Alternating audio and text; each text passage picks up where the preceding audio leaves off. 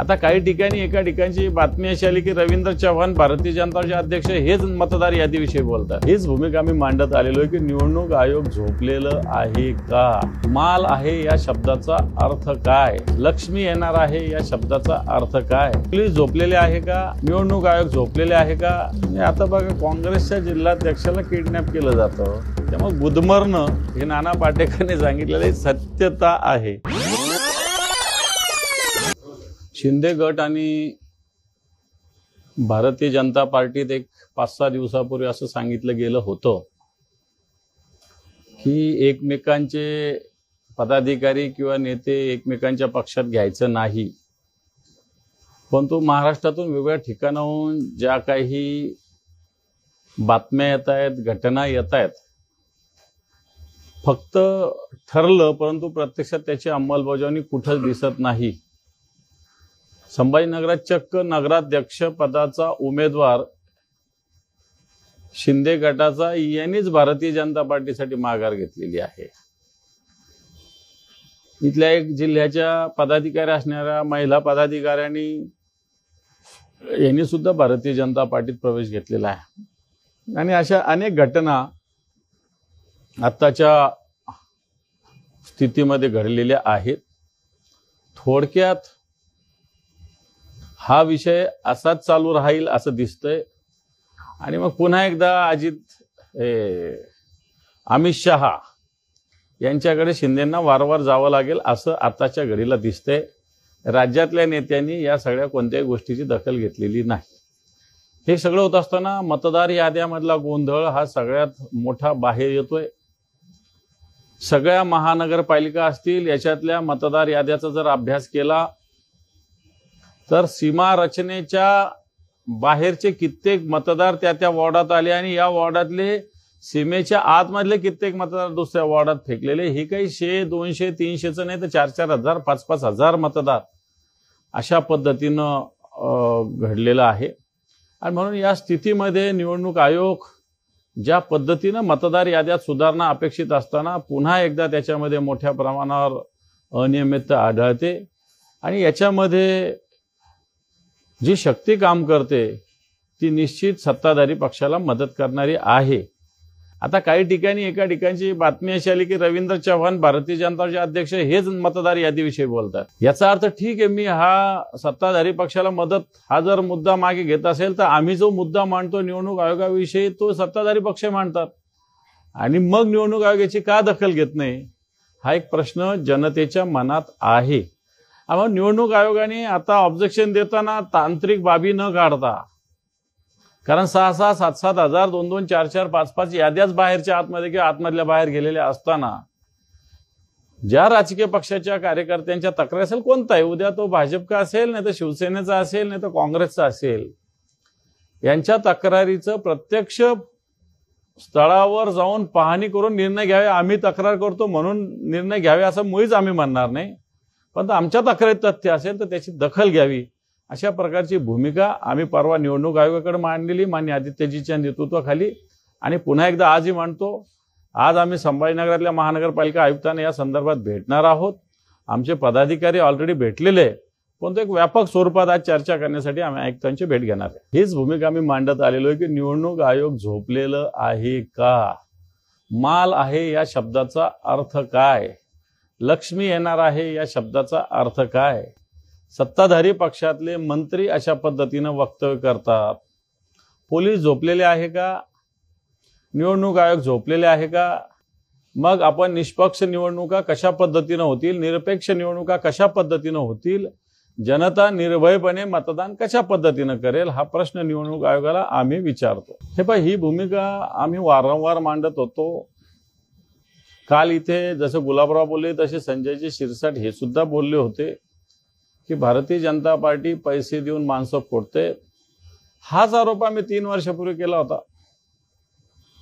हे जेव्हा फुटले होते तेव्हा आरोप आम्ही हाच केला होता की भारतीय जनता पार्टी सत्तेचा, संपत्तीचा वापर करून माणसं फोडते। आता यांचे माणसं फुटल्यावर यांना हा त्रास लक्षात आला, यांना हा त्रास 5वीलाच पुजलेला लक्षात येतोय। जेव्हा स्वतःवर बितते त्यावेळेस हा त्रास त्यांना लक्षात आलेला आहे। तो त्यांच्या पक्षातला अंतर्गत प्रश्न आहे. मला असं वाटतं मी त्याच्यावर बोलणं योग्य होणार नाही. त्यांच्या पक्षातला तो अंतर्गत विषय आहे. त्यांची सिस्टीम काय आम्हाला काय माहिती नाही. आता बघा, काँग्रेसच्या जिल्हाध्यक्षाला किडनॅप केलं जातं. उमेदवाराला किडनॅप करून निवडणूक अधिकाऱ्यासमोर उभं राहील याची उदाहरणं आहेत. जामनेरला काय झालेलं आहे?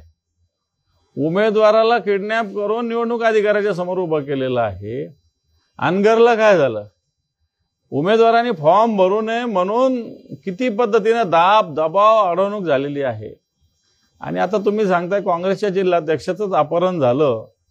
म्हणजे निवडणुका आपण फेर वातावरणात म्हणतो त्या कुठं होत आहे? सत्ताधारी पक्ष अक्षरशः उच्छाद या निवडणूक सत्ताधारी पक्षांनी मनी आणि मसल पॉवरचा मांडलेला आहे. वाटतं नाना पाटेकर एक संवेदनशील व्यक्तिमत्व आहे. अभिनेते ते आहेत, परंतु एक व्यक्तिमत्व सुद्धा एक संवेदनशील आहे आणि एक सर्वसामान्य माणसाच्या मनातली भूमिका ते व्यक्त करतायत आणि त्यांनी योग्य भूमिका व्यक्त केलेली आहे.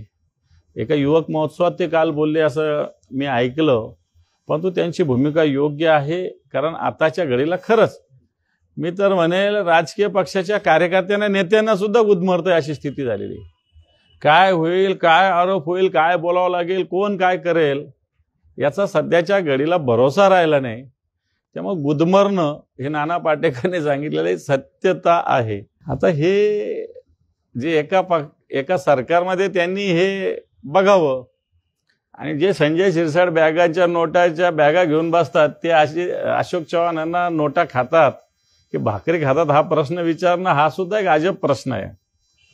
कारण याच संजय शिरसाटांच्या मी त्यांच्या विधानाचं समर्थन करतो, पण समर्थन करत असताना त्यांच्या बाजूला नोटाच्या बॅगा पडलेल्या त्या कशासाठी होत्या आणि किती होत्या हा एक प्रश्न आहेच. त्याचंही उत्तर आलं पाहिजे बाहेर. तेव्हा बॉम्बेचं नाव मुंबई झालेलं आहे. त्यामुळे ज्या ज्या आस्थापना असतील, संस्था असतील, याच्यावर नाव सुद्धा तशा पद्धतीनं व्हावं ही मागणी आम्ही सातत्यानं करतो. आता हाच प्रश्न धाराशिवला येतो, हाच प्रश्न मुंबईला येतो, हाच प्रश्न संभाजीनगरला येतो. कित्येक संस्था, बँका यांच्या नावासमोर ते जुनीच नावं आहेत. वाटतं जर नामांतर झालं तर त्या संस्थेचं नामांतर सुद्धा व्हावं, त्याच्यात दुरुस्ती व्हावी. मुंबईची काय अलर्जी त्या मंत्र्याला? बॉम्बे कशाला लागतं त्याला? काय इंग्रजाच्या अवलादीचा आहे का तो? मुंबईचं काय त्याला वावड आहे? भारतीय जनता पार्टीचा नेता आहे तो. खरं तर याविषयी सगळ्या शिक्षक संघटना, पालकांनी, राजकीय पक्षांनी विरोध केलेला आहे. शाळेच्या पटसंख्येनुसार अशा पद्धतीनं ज्या शाळेतली पटसंख्या कमी आहे आणि मग 2 शेजारच्या किंवा 3 शेजारच्या शाळा मिळून ती पटसंख्या पूर्ण करावी, याचाच अर्थ शाळांची संख्या कमी होईल आणि याचे परिणाम एक मुलगा असला तरी शाळा चालवली पाहिजे. कारण शिक्षण व्यवस्था ही अशी व्यवस्था आहे की याच्यात नफा तोटा फायदा हा न बघता एक विद्यार्थी जरी त्या शाळेत असला तरी त्याच्यासाठी यंत्रणा सरकारने उभीच ठेवली पाहिजे. अशा पद्धतीनं शाळा बंद नाही केली पाहिजे. ही भावना शिक्षकांची आहे, पालकांची आहे, विद्यार्थ्यांची आहे आणि जनतेची आहे. नाही ठीक आहे ना, आता काही आले तसे गेले, त्याला आपण काही करू शकत नाही. खरं तर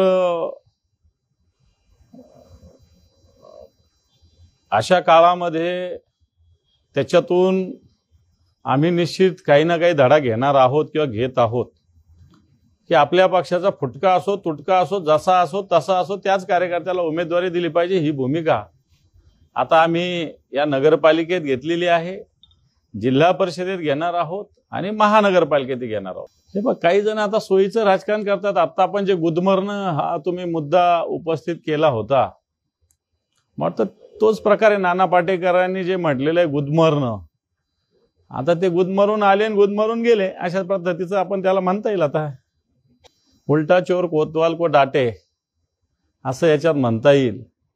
चोरी करायची आणि कोतवालालाच रागवायचं. खरं तर अतिशय आत्ता पण अटक करायला पाहिजे होतं त्यांना. चौकशीचा फार्स कशाला जेलमध्ये तुरुंगात टाकायला पाहिजे होता त्यांना. शीतल तेजवानी असेल, पार्थ पवार असेल, तो कोण दुसरा पाटील असेल, यांना जेलमध्ये टाकायला पाहिजे होतं. आदित्य साहेब या मतदार याद्यांचा पूर्ण बारकाईने अभ्यास करतायत. नुसतं दुबार तिबार आता तुम्ही सांगितलं 103 वेळेस एका जणाचं नाव आहे. आता हे कसं येऊ शकतं याचं उत्तर निवडणूक आयोगाशिवाय कोण देणार आहे? आता ब्राझीलची महिला जी भारतातच कधी नाही आली तिचंही नाव आलं आणि आता ह्या वरळीच्या एका इस्माचं 103 वेळेस नाव आलं. निवडणूक आयोग ही यंत्रणाच मला असं वाटतं काय करते कळायला मार्ग नाही. का आले तपासलं पाहिजे. निवडणूक आयोगाने तपासलं पाहिजे या संदर्भात, नुसत्या घोषणा नाही केल्या पाहिजे. हे पहा, हा इतिहास आहे, हा कोणी नाकारू शकत नाही. बाबरीच्या संदर्भात जे शिवसेना प्रमुखांनी वक्तव्य केलं होतं हे ऐतिहासिक वक्तव्य आहे, हे कोणाला मिटविता येणार नाही. परंतु इम्तियाज जलील असं म्हणत असतील तर मग मुस्लिमांनी काय भारतीय जनता पार्टीला मतं दिली पाहिजे का असं त्यांनी उत्तर द्यावं.